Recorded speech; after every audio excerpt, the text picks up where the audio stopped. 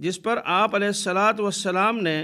جو بات ارشاد فرمائی اس سے یہی واضح ہوتا ہے کہ حدیث رسول صلی اللہ علیہ وسلم کے بیان کرنے میں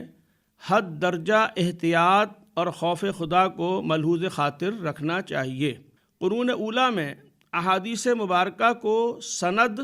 اور اوصاف راوی کے ساتھ بیان کرنے کا رواج تھا۔ کوئی ایسا شخص جس نے علوم اسلامیہ کی تحصیل و تکمیل کی سند اجازت نہ لی ہو، وہ احادیث بیان کرنے یا لوگوں کو وعظ و تبلیغ کرنے کا مجاز نہیں ہوتا تھا، مگر مرور زمانہ کے ساتھ ساتھ بیان حدیث میں احتیاط و اجازت کا فقدان ہوتا چلا گیا، یہاں تک کہ معاشرے میں تقریر و تحریر میں ضعیف و موضوع روایات کی بھرمار ہوتی چلی گئی۔ قرب قیامت کی نشانیوں میں سے